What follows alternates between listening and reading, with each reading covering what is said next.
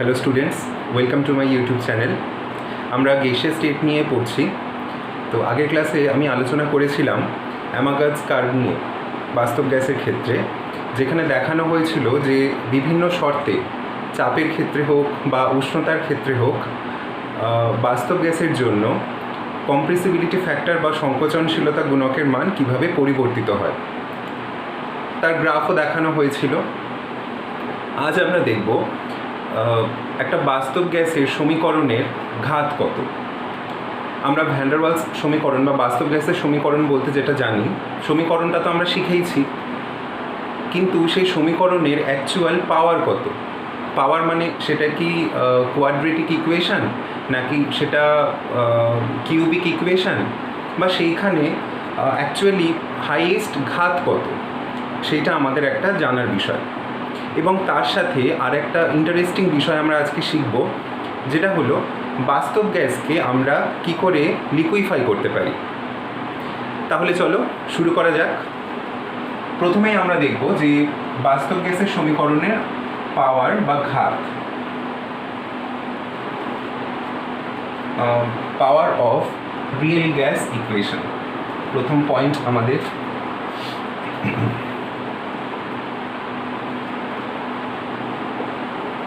এখানে পাওয়ার মানে ঘাতের কথা বলা হয়েছে, of real gas equation.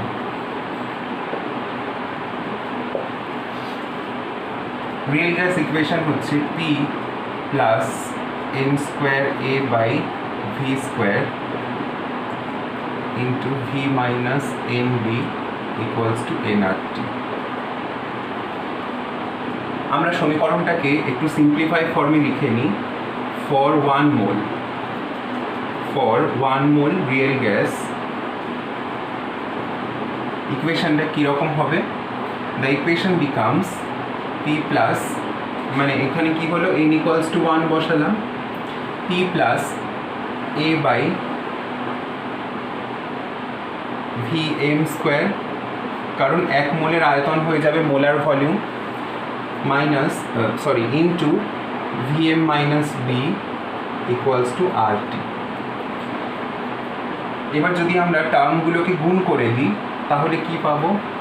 P V M square plus a into VM minus B equals to R T V m square.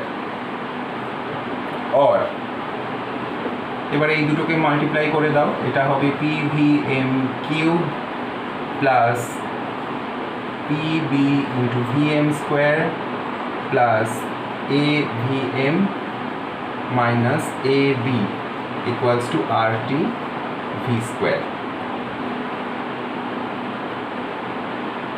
এখন দেখো এখানে R T V M square, এখানে দেখো মোলার ভলিউম যেটা রয়েছে তারই কিন্তু ম্যাক্সিমাম অর্ডার আমরা দেখছি, ম্যাক্সিমাম পাওয়ার দেখতে পাচ্ছি। একটা কিউব রয়েছে, স্কোয়ার রয়েছে, আবার শুধুমাত্র ভিএমও রয়েছে।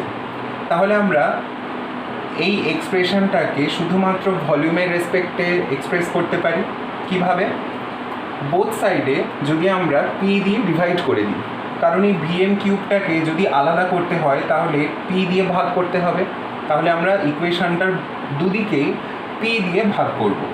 তাহলে কি হবে? Or VM square VM cube plus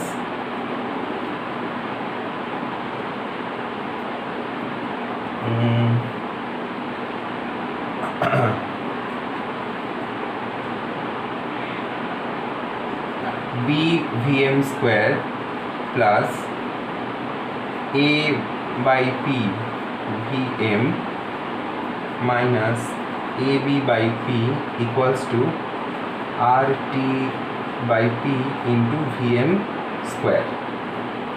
ওকে, এবারে দেখো এখানেও একটা ভিএম স্কোয়ার টার্ম আছে, এদিকেও একটা ভিএম স্কোয়ার টার্ম আছে, একদিকে নিয়ে চলে এসো।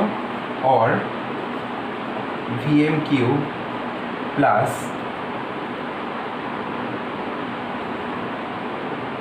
bvm square minus RT by P Vm square plus A by P Vm minus AB by P equals to 0, তাই হচ্ছে না? और এটাকে কি লেখা যাবে, আমি ওপরে লিখছি একটু,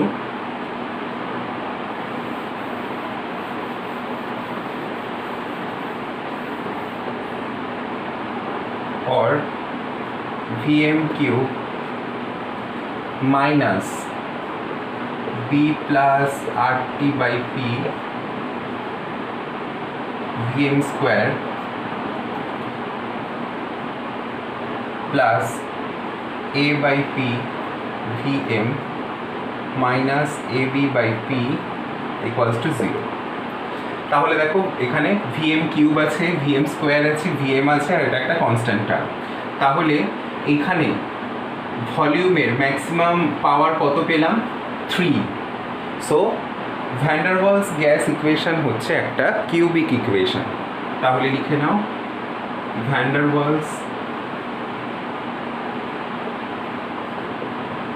Waals real gas equation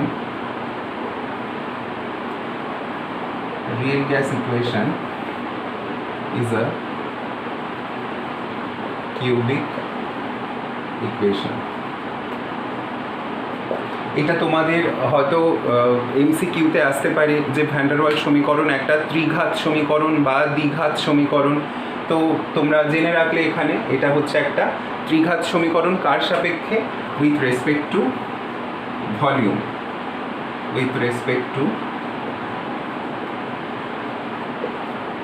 volume or molar volume, তাই তো? এখানে যদি নাম্বার অফ মোলসটা রাখতে তাহলে শুধু ভি থাকতো, যেহেতু আমরা নাম্বার অফ মোলসটাকে 1 ধরে নিয়েছি তাই মোলার ভলিউম হয়ে গেছে। সো এটা একটা কিউবিক ইকুয়েশন, বুঝতে পারলে? এই সমীকরণটার নাম্বারিং করে রাখবো নাম্বারিং 1, কারণ এরপরে আমরা যেটা পড়বো সেখানে এই সমীকরণটা কিন্তু আমাদের একটু কাজে লাগবে। ওকে, তো এই সমীকরণটা তোমরা বক্স করে রাখো।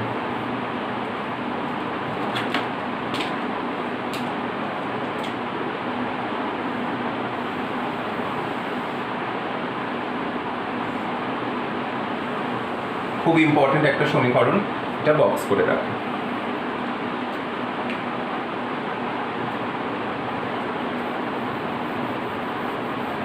তোমরা কিউবিক ইকুয়েশন তো পড়েছো নিশ্চয়ই। a মাইনাস বি হোল কিউবের যে সমীকরণ আছে সেটা নিশ্চয়ই তোমরা জানো। কীরকম? ধরো a মাইনাস বি হোল কিউবের কথা যদি বলা হয়, a minus b whole cube মানে a cube minus 3a square b plus 3ab square minus b cube, এরকম থাকে না? তো এই সমীকরণটাও খানিকটা ওই রকমের মতো দেখতে। দেখো 4টে টার্ম আছে। কীরকম? যদি তুমি এখানে এটাকে ভি এর সাথে তুলনা করো তাহলে দেখো এর জায়গায় ভিএম আছে, ভিএম কিউব আছে, তারপরেরটায় এ স্কোয়ার আছে, এখানে ভিএম স্কোয়ার আছে, তারপরেরটায় শুধু এ আছে, এখানে ভিএম আছে, তারপরেরটায় বি আছে, মানে এখানে এ টার্ম নেই, বা এখানে বলতে পারো ভি টার্ম নেই। ঠিক ওই জন্যই আমরা এটাকে কিউবিক ইকুয়েশন হিসাবে বলেছি। ঠিক আছে, এবারে দেখো এরকম যখন কিউবিক ইকুয়েশন থাকে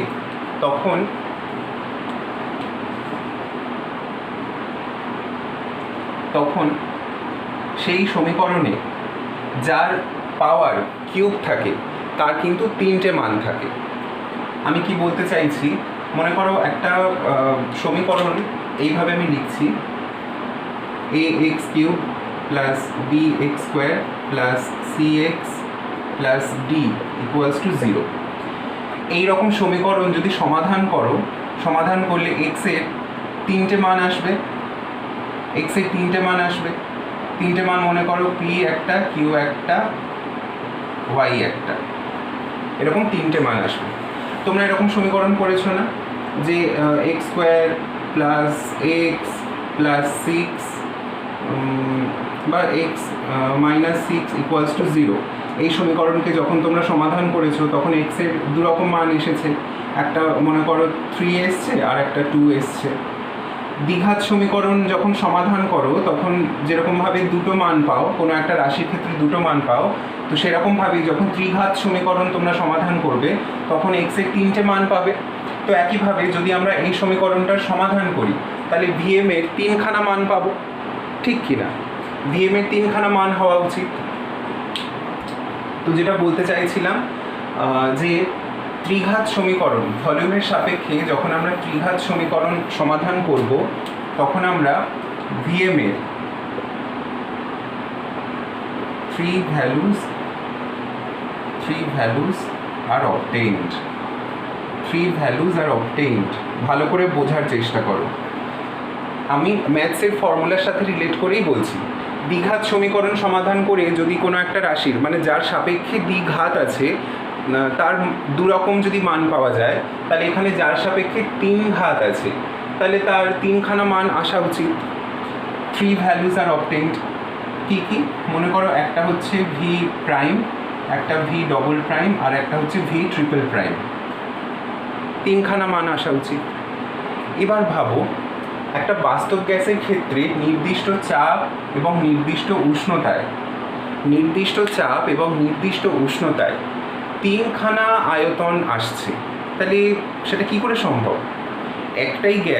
একটাই বাস্তব গ্যাস, তার চাপের মানও নির্দিষ্ট, মানে এখানে আমি বলছি প্রেশার ফিক্সড, টেম্পারেচারও ফিক্সড। এখানে তো টি আর পিকে তো আমি অন্য কোনোভাবে লিখিনি বা তাদের আর কোনো ঘাতও নেই, তাহলে নির্দিষ্ট চাপ এবং নির্দিষ্ট উষ্ণতায় কি করে 3টে আয়তন পাওয়া যায়? তাহলে এটা একটু মানে একটা স্ট্রেঞ্জ ব্যাপার, তাই না? মানে সেটা তো হতেই পারে না কখনো, কারণ আমরা আদর্শ গ্যাসের ক্ষেত্রেও দেখেছি নির্দিষ্ট চাপ এবং নির্দিষ্ট উষ্ণতায় নির্দিষ্ট আয়তন পাওয়া যায়, তাহলে বাস্তব গ্যাসের ক্ষেত্রে এরকম কি করে হচ্ছে? কিন্তু অ্যাকচুয়ালি এই ঘটনাটাই ঘটে। তো এই ঘটনাটা বোঝানোর জন্য প্রথমত হচ্ছে এই ঘটনাটা এক্সপেরিমেন্টালি বোঝানো হয়েছে, সে তো পরের কথা, কিন্তু যেহেতু আমরা প্রথম থেকে যে কনসেপ্টে বিশ্বাসী বা যে কনসেপ্ট আমরা পড়ে আসছি সেই কনসেপ্ট অনুযায়ী কি নির্দিষ্ট চাপ বা নির্দিষ্ট উষ্ণতায় একটা গ্যাসের ক্ষেত্রে নির্দিষ্ট আয়তন থাকবে। তো সেই জায়গায় দেখা যাচ্ছে এখানে 3 রকম আয়তন পাওয়া যাচ্ছে। তাহলে আমরা বলতে পারি এইটা van der Waals gas equation যেটা তার একটা ত্রুটি। তাহলে এই যে আমরা এরকম 3টে আয়তনের মান পাচ্ছি, তাহলে এইখানেই হচ্ছে ভ্যান ডার ওয়ালস গ্যাস ইকুয়েশনের একটা drawback of van der Waals gas equation. একটা খুব গুরুত্বপূর্ণ ব্যাপার, এটা তোমরা মনে রেখো।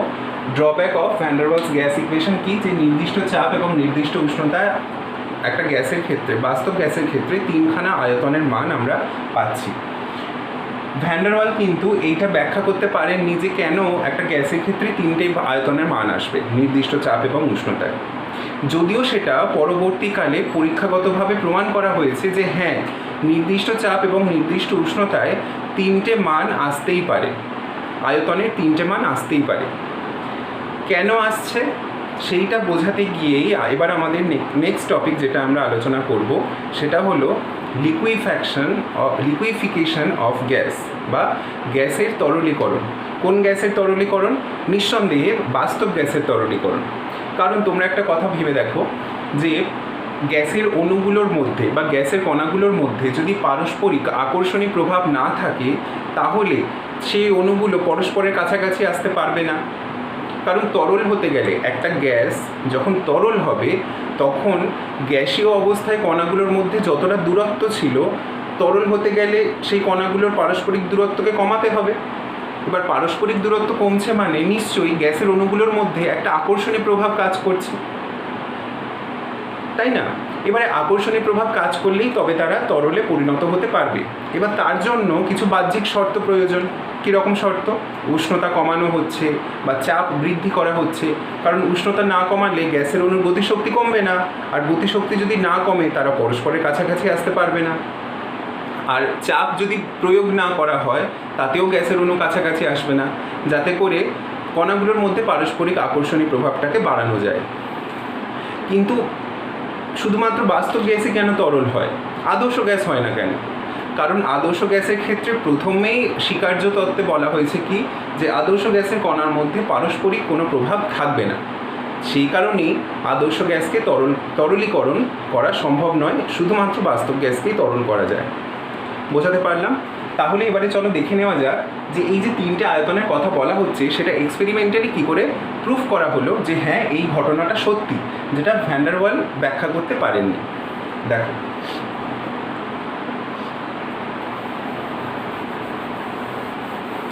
খুব মাইনিউটলি ফলো করবে, ভীষণ ইম্পর্টেন্ট একটা বিষয় পড়াতে চলেছি এখন। তাহলে আমাদের নেক্সট পয়েন্ট হচ্ছে লিকুইফিকেশন অফ গ্যাস। যদিও এই পয়েন্টটা আমি পরে বলতেই পারতাম, কিন্তু আগে বলে দিই, তাহলে তোমাদের মধ্যে একটা বিষয় কাজ করবে যে হ্যাঁ তোমরা এখন গ্যাসকে তরল করার প্রসেসটা নিয়ে আলোচনা করছো।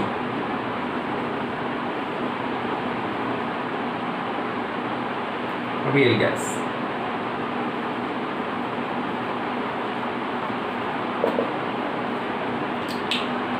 তো দেখো, আমরা আদর্শ গ্যাসের ক্ষেত্রে পিভি কার্ভ এঁকেছি বা আঁকা শিখেছি, তাই তো? For ideal gas, for any ideal gas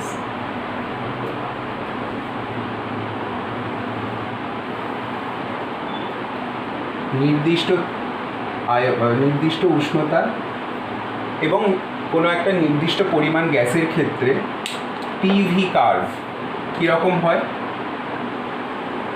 এইরকম হয়। এটা একটা নির্দিষ্ট উষ্ণতা। এবারে যত তুমি উষ্ণতা বাড়াতে থাকবে তত কি হবে? এই যে এইরকম যে রেক্ট্যাঙ্গুলার হাইপারবোলিক কার্ভ তোমরা দেখছো, এটা কীরকম? সমপরাবৃত্ত, রেক্ট্যাঙ্গুলার হাইপারবোলা বা সমপরাবৃত্ত, রেক্ট্যাঙ্গুলার হাইপারবোলিক কার্ভ। এবারে যত আমি টেম্পারেচার বাড়াতে থাকবো কার্ভগুলো তত ওপর দিকে উঠতে থাকবে, তাই না? তাহলে এদের ক্ষেত্রে হচ্ছে T3 greater than T1 greater than T2, T2 greater than T1 greater than T। তাই হবে তো বাস্তব গ্যাসের ক্ষেত্রে, আদর্শ গ্যাসের ক্ষেত্রে। তাহলে বাস্তব গ্যাসের ক্ষেত্রেও আমরা এরকমভাবে পিভি কার্ভ করতে পারি। পরীক্ষাগতভাবে দেখা গেছে এক্সপেরিমেন্টালি একটা বাস্তব গ্যাসকে নিয়ে তার চাপ আর আয়তনে যখন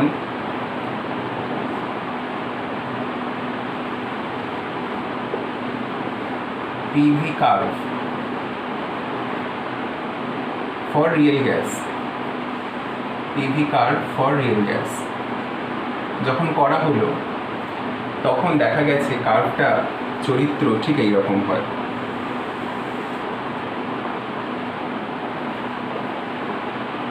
ভালো করে বুঝবে, কিন্তু কার্ভটার চরিত্র এইরকম হয়।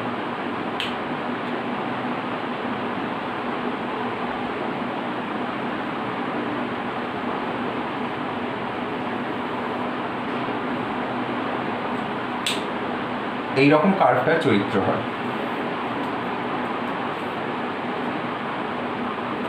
দেখো, এই যে লাস্ট যে লাইনটা সেই লাইনটা অনেকটা কিন্তু আদর্শ গ্যাসের ন্যায় আচরণ করছে। দেখো ভালো করে, এদিকে আয়তন বেশি যখন চাপটাও দেখো এখানে কমের দিকে আছে।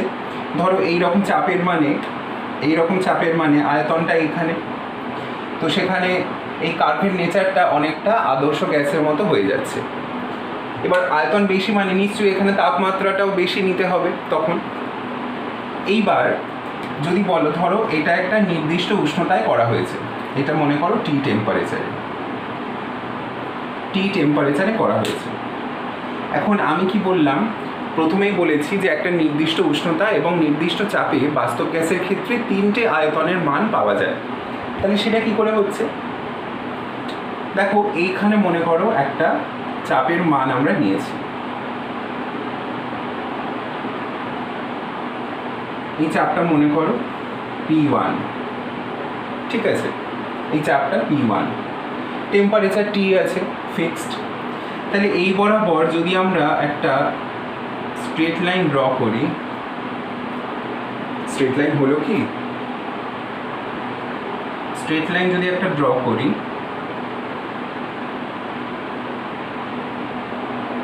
মোটামুটি হয়েছে, একটু বুঝে নেবে।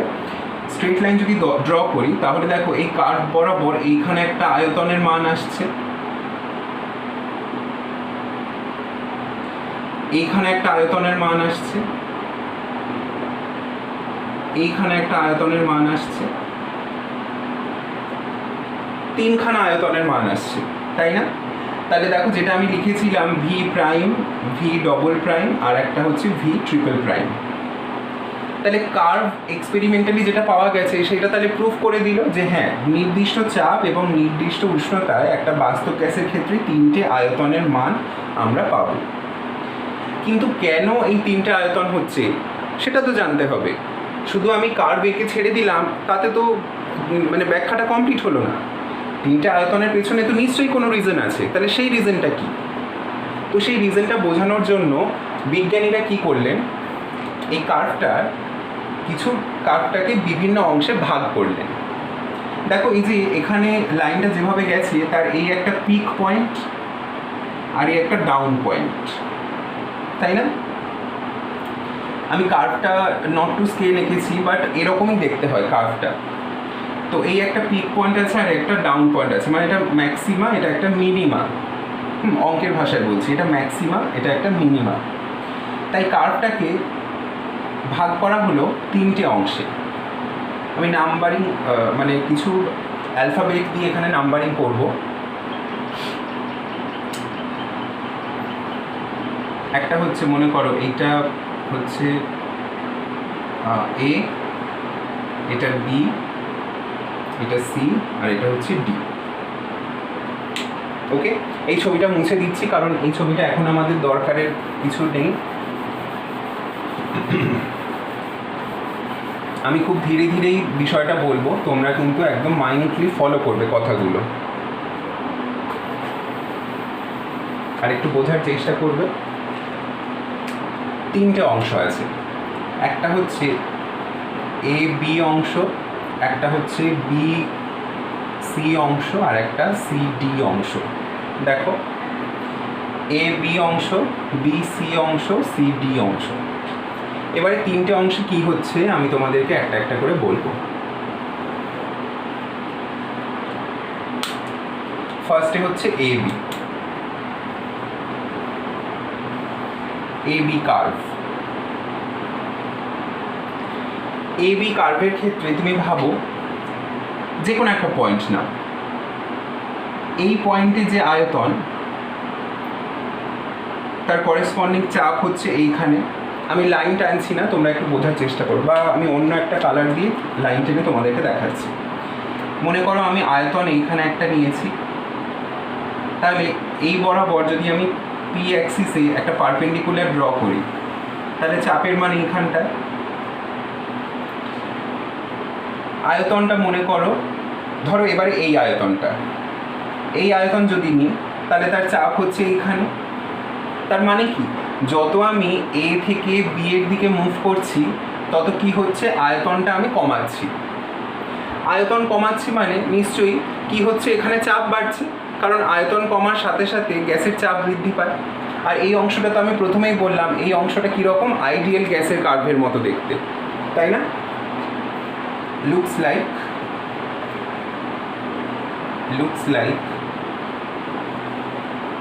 Ideal gas curve, ideal gas PV curve, অবশ্যই আইডিয়াল গ্যাস পিভি কার্ভ। তাহলে এ বি এর যে অংশ এইখানে কি হচ্ছে, এইখানে আমরা দেখতে পাচ্ছি pressure is inversely proportional to volume. মানে প্রেশার আমি যত কমাচ্ছি, ভলিউম যত কমাচ্ছি প্রেশার তত বাড়ছে, বা বলতে পারো প্রেশার যত বাড়াচ্ছি ভলিউম কমছে। দুভাবেই বলা যায়, প্রেশার যত আমি বাড়াচ্ছি ভলিউম কমছে, বা ভলিউম কমাচ্ছি প্রেশার বাড়ছে, বিষয়টা একই। তাহলে এই অংশটা গ্যাস লটা ফলো করছে, follows gas law.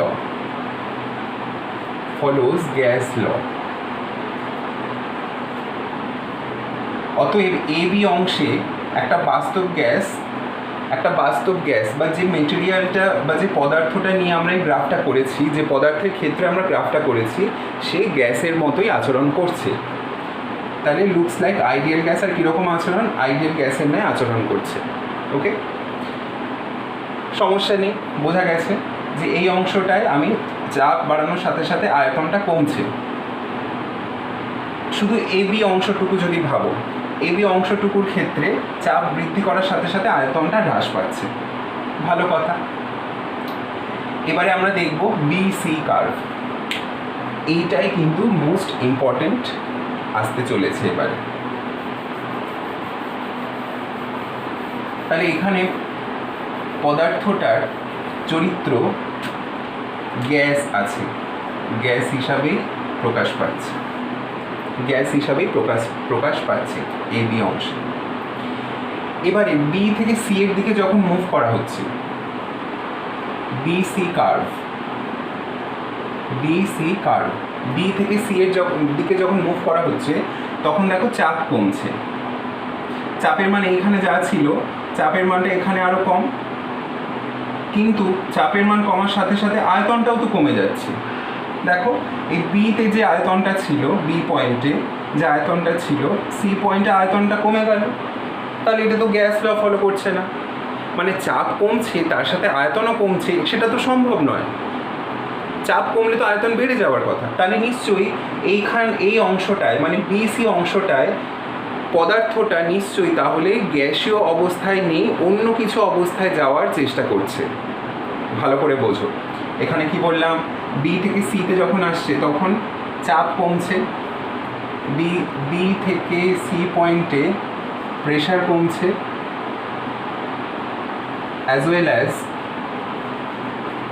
as well as volume will also decreases, তাই না?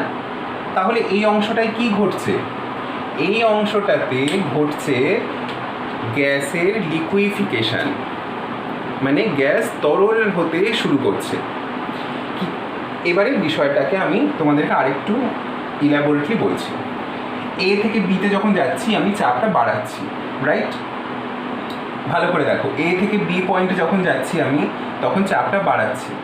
চাপ বাড়ানো মানে গ্যাসের অণুগুলোকে আমি কাছাকাছি নিয়ে আসার চেষ্টা করছি। আবার রিপিট করছি, এ থেকে বিতে যখন আমি যাচ্ছি তখন গ্যাসের ওপর চাপ বাড়াচ্ছি। চাপ বাড়ানো মানে গ্যাসের অণুগুলো পরস্পরের কাছাকাছি আসছে। কাছাকাছি আসার ফলে কি হচ্ছে, গ্যাসের অণুগুলোর মধ্যে পারস্পরিক আকর্ষণী প্রভাবটা বাড়ছে। আকর্ষণী প্রভাব বাড়লে কি হচ্ছে, গ্যাসের কণাগুলো এবার গ্যাসীয় অবস্থা থেকে তরল অবস্থায় যাওয়ার চেষ্টা করছে। কারণ গ্যাসের কণাগুলোর মধ্যে যতটা না আকর্ষণী প্রভাব থাকে, তারা কাছাকাছি নিয়ে আসার ফলে তাদেরকে আকর্ষণী প্রভাবটা আগের তুলনায় আরও বাড়বে, ফলে তারা গ্যাসীয় অবস্থা থেকে তরল অবস্থায় কনভার্ট হওয়া স্টার্ট করছে। তার মানে এই যে বি পয়েন্টটা তুমি দেখছো, এ থেকে বি পয়েন্ট মানে এখানে একটা ম্যাক্সিমামে পৌঁছলো, মানে চাপের একটা ম্যাক্সিমাম মানে পৌঁছলো, যার দরুন কণাগুলো পরস্পরের কাছে এসে বাধ্য হলো তরলে কনভার্ট হতে, তাই না? তাহলে এই পয়েন্টে গ্যাসটা তরল হতে শুরু করছে। তো এই অবস্থাকে আমরা বলবো যে super cooled gas. Super cooled মানে গ্যাস ঠান্ডা হচ্ছে, মানে গ্যাসের কণাগুলো কাছাকাছি আছে আর তখন তরলে হতে শুরু করছে। যদি গ্যাসের কণাগুলো উত্তপ্ত থাকতো বা এনার্জাইজড থাকতো বা শক্তি সম্পন্ন থাকতো, তখন তো তরলীকৃত হতো না। তাই নিশ্চয়ই এখানে গ্যাসের কণাগুলোর উষ্ণতা বা গ্যাসের কণার শক্তি কম মানে পৌঁছেছে, যার ফলে তারা তরল হতে শুরু করছে। তো এই পয়েন্টে, এই যে বি পয়েন্টটাকে আমরা বলবো গ্যাসের কি অবস্থা, super cooled gas. Super cooled gas B পয়েন্টে। এবার অন্তরাণবিক আকর্ষণীয় প্রভাব বাড়ছে, গ্যাস আস্তে আস্তে লিকুইড হচ্ছে, হতে হতে সি পয়েন্টে গিয়ে কি হলো, সি পয়েন্টে গিয়ে একদম লিকুইড হয়ে গেল।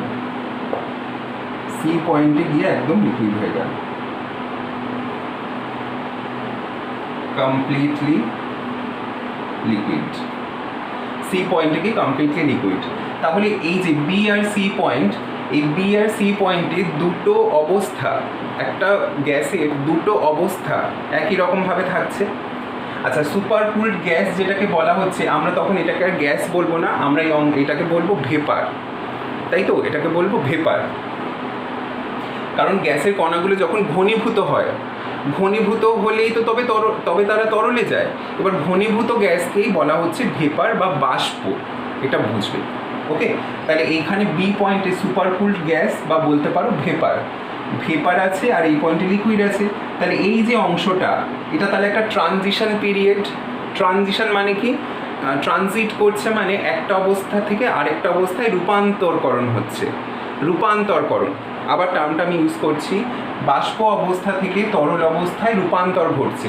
তাহলে এই অংশটায় আমরা দুটো ফেজ বা দুটো অবস্থাকে আইডেন্টিফাই করতে পারবো, মানে তরলও কিছু থাকবে, কিছু পরিমাণ বাষ্পও থাকবে, তাই না? বাষ্প আস্তে আস্তে এই পয়েন্টে আসছে, মানে এই পয়েন্ট থেকে এই পয়েন্টে তরলে পরিণত হচ্ছে।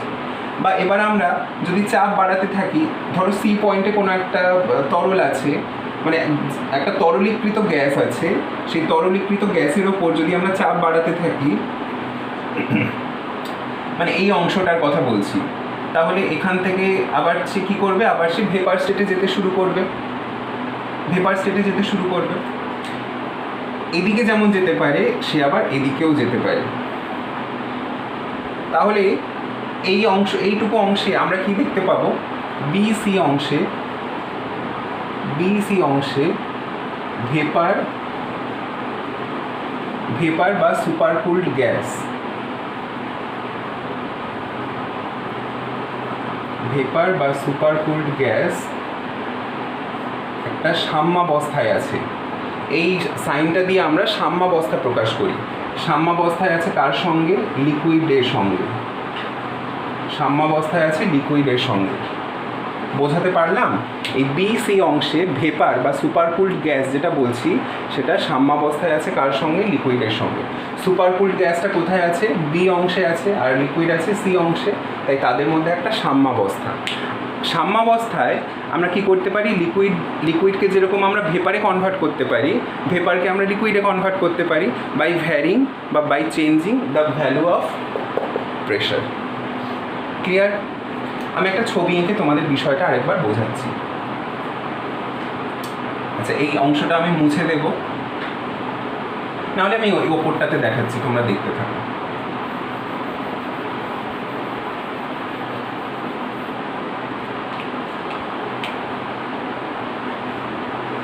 ধরো এরকম একটা কন্টেনারে পিস্টন লাগানো আছে, ঠিক আছে? এরকম গ্যাসের কণাগুলো রয়েছে, এগুলো হচ্ছে কার কণা? গ্যাসের কণা। এবার গ্যাসের কণাতে আমরা এরকম চাপ বাড়াচ্ছিলাম মানে আয়তন কমছিল। ধরো এরকম এসছে পিস্টনটা, মানে আমি চাপ দিচ্ছিলাম, তখন গ্যাসের কণাগুলো এরকম জায়গায় এসছে, আয়তন কমেছে। ঠিক এই কন্ডিশনের পরেই কি হলো? এই রকম পিস্টনটা রাখা আছে, এরকম পিস্টনটাই রাখা আছে।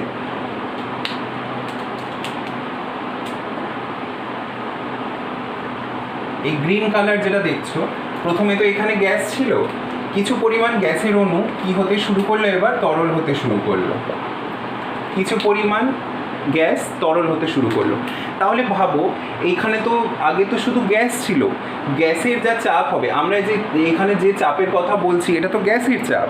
তো যে চাপ হবে, কিছু পরিমাণ গ্যাসের কণা যদি তরল হয়ে যায়, তাহলে গ্যাসের চাপ কি হবে? গ্যাসের চাপটাও কমে যাবে। গ্যাসের চাপ কমার সাথে সাথে তার আয়তনটাও কমে যাচ্ছে, কারণ গ্যাসের কিছু পরিমাণ কি হয়ে গেছে? তরলে পরিণত হয়ে গেছে, তাই এখানে গ্যাসের আয়তনটাও কমছে। মানে দুটোই এবার কমতে থাকছে, because of the liquefaction of some amount of gas, starting of liquefaction of some amount of gas. তাহলে এখানে আমি লিখতে পারি যে কি হচ্ছে? তরলীকরণ শুরু হচ্ছে।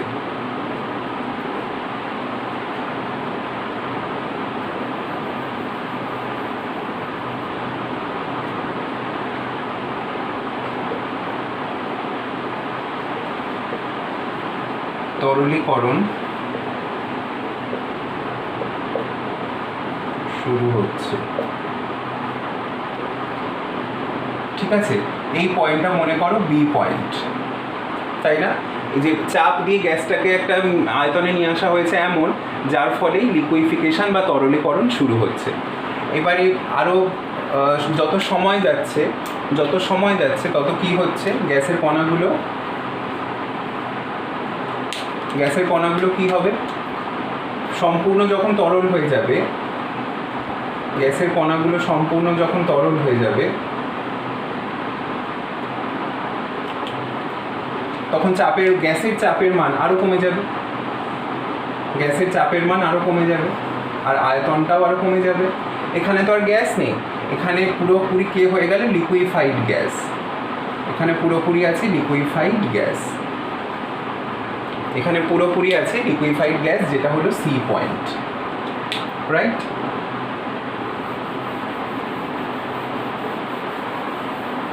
বোঝাতে পারলাম যে কেন চাপ কমার সাথে সাথে আয়তনটা কমে যাচ্ছে।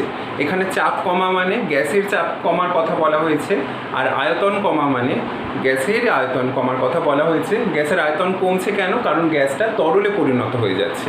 তখন এই আয়তনটা আমরা গ্যাসের আয়তন বলতে পারবো না, এটা বলবো তরলের আয়তন, ঠিক আছে?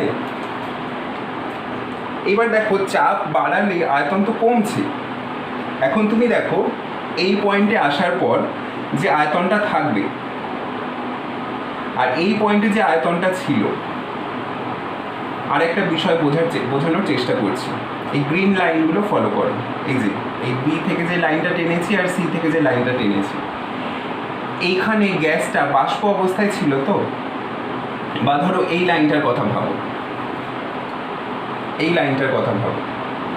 এখানে গ্যাসটার যে আয়তন দেখাচ্ছিল, চাপ বাড়ানোর সাথে আয়তন এখানে এলো, দেখো ডিফারেন্স অনেকটা। তারপর যখন বি থেকে সি পয়েন্ট এলো, আয়তন কমার ডিফারেন্স এইটুকু, মানে এখানে যতটা ডিফারেন্স ছিল এখানে ডিফারেন্সটা কমলো। আরও তুমি যত এই পয়েন্ট থেকে চাপ বাড়াবে, মনে করো এই পয়েন্ট বা এই পয়েন্টে চাপটা নিয়ে যাবে, তখন দেখো আয়তন পরিবর্তনের মানটা কিন্তু খুবই কম।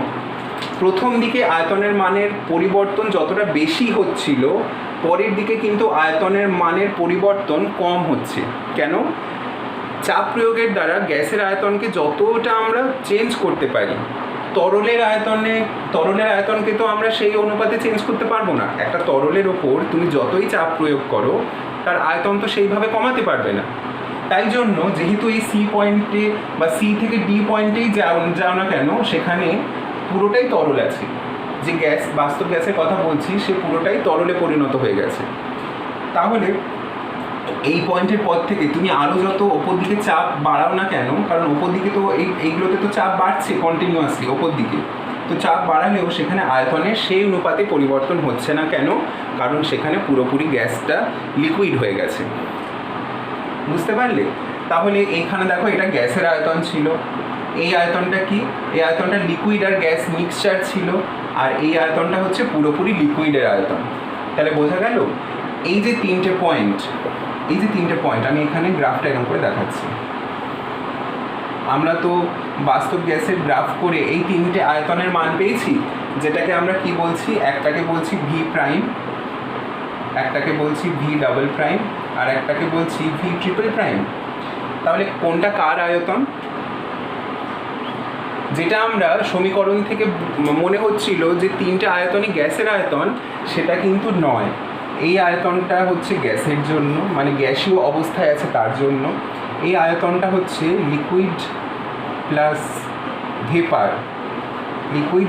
ভেপার, কারণ এইখানে লিকুইড আর ভেপার, গ্যাসটা ভেপার ফেজে গেছে, লিকুইড ফেজে আছে, দুটো ফেজের সম্মিলিত আয়তন।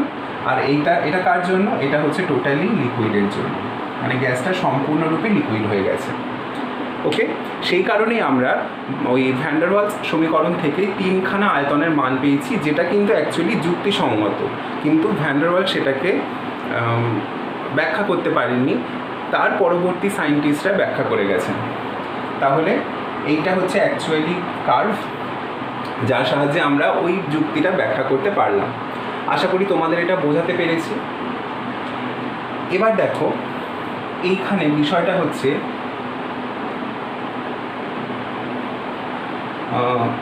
এই কার্ভটা তোমরা একটু ছবিটা তুলে নাও, স্ক্রিনশট তুলে নাও, আমি তারপরে আরেকটা বিষয় বলবো তোমাদেরকে।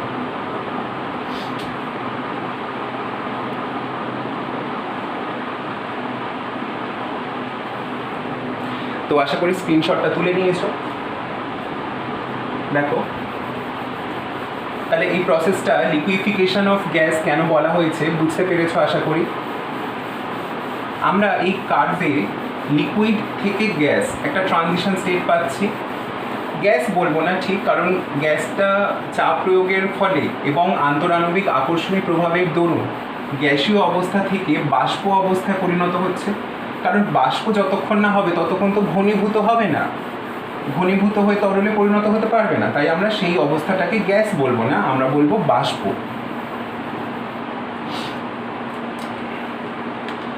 তো দেখো, আমরা একটু আগে বাস্তব গ্যাসের পিভি কার্ভটা দেখেছি এই রকম,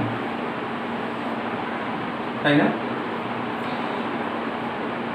পিভি কার্ভটার আমরা সাপেক্ষে এরকম তিনটে আয়তন পেয়েছি। এবারে এই অংশ, এই দুটো যে হাম্প আছে বা এই দুটো যে এরকম স্তূপের মতো আছে, স্তূপের মতো বলতে দেখো এই দুটো বদ্ধ এরিয়া বা একটা ক্লোজড এরিয়া, তাই না? এই দুটো, যদি এই এরিয়াটাকে আমি বলি এম আর এই এরিয়াটাকে বলি এন, এই দুটো এরিয়া কি নির্দেশ করছে? PV area.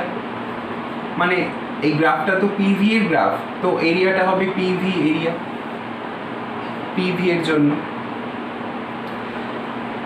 এবার পিভি মানে হচ্ছে ওয়ার্ক ডান, ওয়ার্ক বা কার্য। পিভি মানে হচ্ছে কার্য, আর কার্য মানেই হচ্ছে এনার্জি বা শক্তি।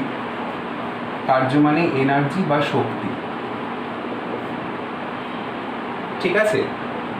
পিভি মানে হচ্ছে কার্য বা শক্তি। এবার তুমি বলবে যে পিভি মানে কার্য বা শক্তি কি করে হচ্ছে? দেখো কি করে হচ্ছে। প্রেশার মানে ফোর্স পার এরিয়া, এটা জানো। এফ মানে হচ্ছে ফোর্স আর এ হচ্ছে এরিয়া। এরিয়া, ফোর্স, এ হচ্ছে এরিয়া। আর ভি মানে হচ্ছে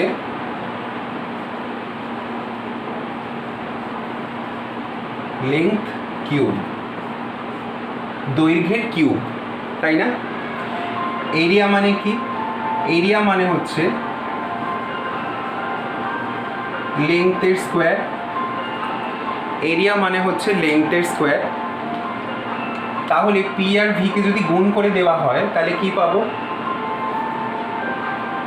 পি ইন্টু ভি মানে ফোর্স বাই লেংথ স্কোয়ার, এল মানে হচ্ছে length into L cube.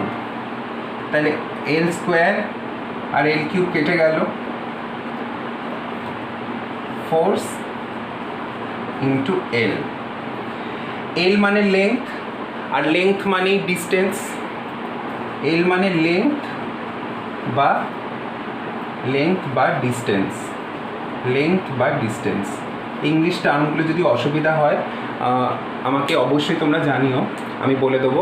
Length মানে হচ্ছে দৈর্ঘ্য, আর দৈর্ঘ্য মানে আমরা সেটা ডিস্টেন্সও বলতে পারি, তাই না? ধরো এইটা 0 কিলোমিটার থেকে 1 কিলোমিটার, তাহলে এটা কি লেংথ বা এটা ডিস্টেন্স, একই ব্যাপার। তাহলে ফোর্সের সঙ্গে যদি ডিস্টেন্স গুণ করে দাও তাহলে কি পাবে? ওয়ার্ক ডান পাবে, মানে কার্য পাবে। কার্য মানে কি? কার্য মানে বল ইন্টু সরণ। এটা হচ্ছে ফোর্স মানে বল, আর ডিস্টেন্স মানে হচ্ছে সরণ।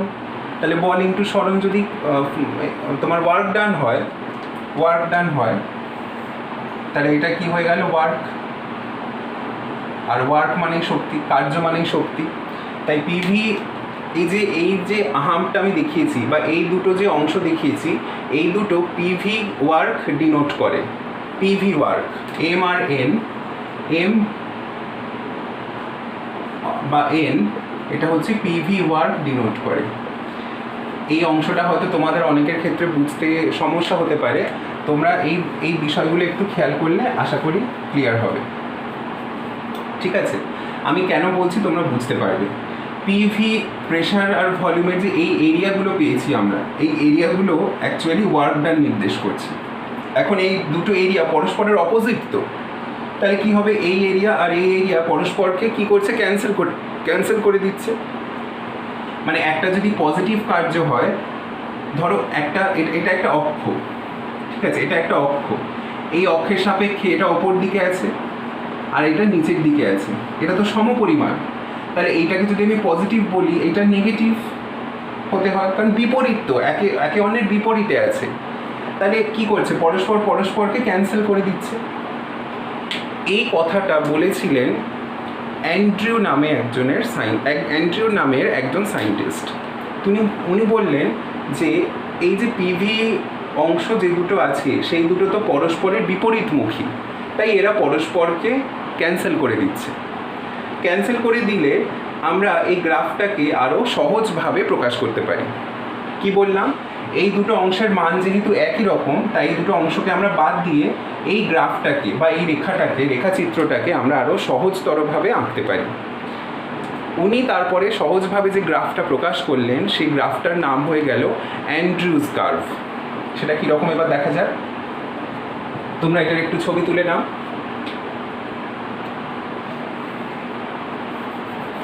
তাহলে এরপর আমরা দেখব অ্যান্ড্রিউজ কার্ভ।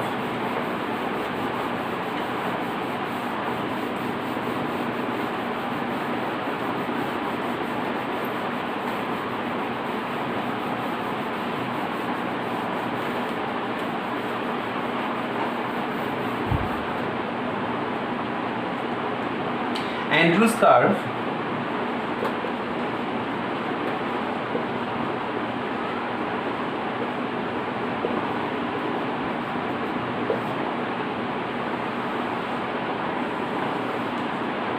এটাও কিন্তু পিভি কার্ভ, যেটা ওই আগের কার্ভটাকে সিম্পলিফাই করা হয়েছে। তাহলে এর কার্ভটা কীরকম হবে, এর কার্ভটা হবে এই রকম, তারপরে একটা স্ট্রেট লাইন, কারণ এখানে যে দুটো এরিয়া ছিল সেই এরিয়া দুটো বাদ দেওয়া হলো, স্ট্রেট লাইন হবে, হয়ে এটা আবার এরকম নেমে যাবে। মানে এখানে যে দুটো এরকম এরিয়া ছিল, এই লাইনটা তো ছিল না, এই দুটো এরিয়া যেহেতু সমান, তারা পরস্পরকে ক্যান্সেল করে দিচ্ছে, তাই জন্য ওই অংশ দুটোকে বাদ দিয়ে ওটাকে একটা স্ট্রেট লাইন দিয়ে জুড়ে দেওয়া হলো। কার্ভটা কীরকম ছিল দেখো, এখানে এ পয়েন্ট ছিল, বি পয়েন্ট ছিল, সি পয়েন্ট ছিল, ডি পয়েন্ট ছিল, যেরকম ছিল সেরকমই থাকছে। আর আয়তন তিনটে কোথায় ছিল, এখানে একটা আর এই মিডিল পয়েন্টে একটা, সেরকমই আছে। বোঝাতে পারলাম?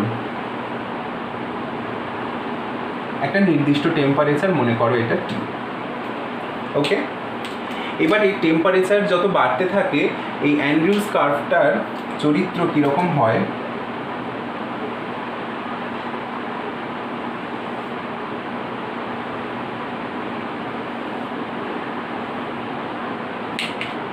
এই অ্যান্ড্রিউজ কার্ভটার চরিত্র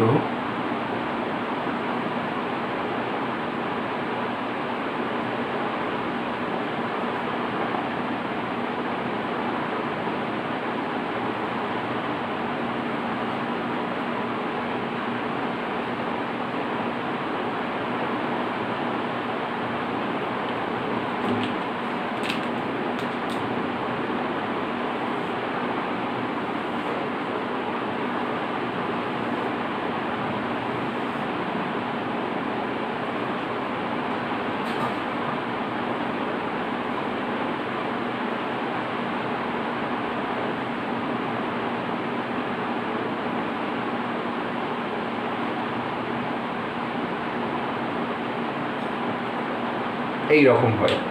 এটা মনে করো T1, এটা T2, এটা T3, এটা T4, আরও ওপর দিকে গেলে T5। কেন? কারণ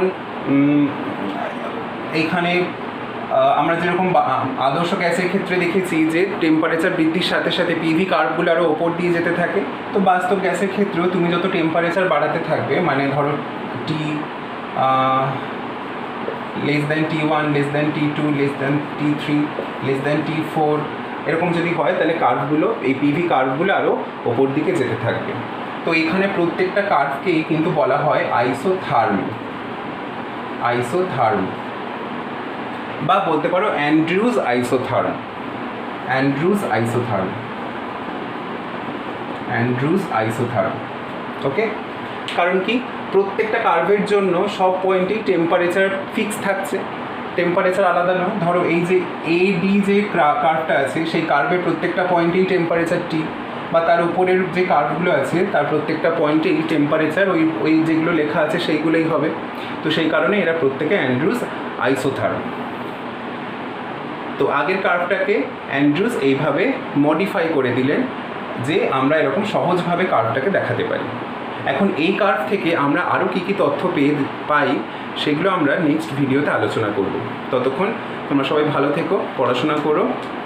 ওকে, বাই এভরিওয়ান, স্টে সেফ।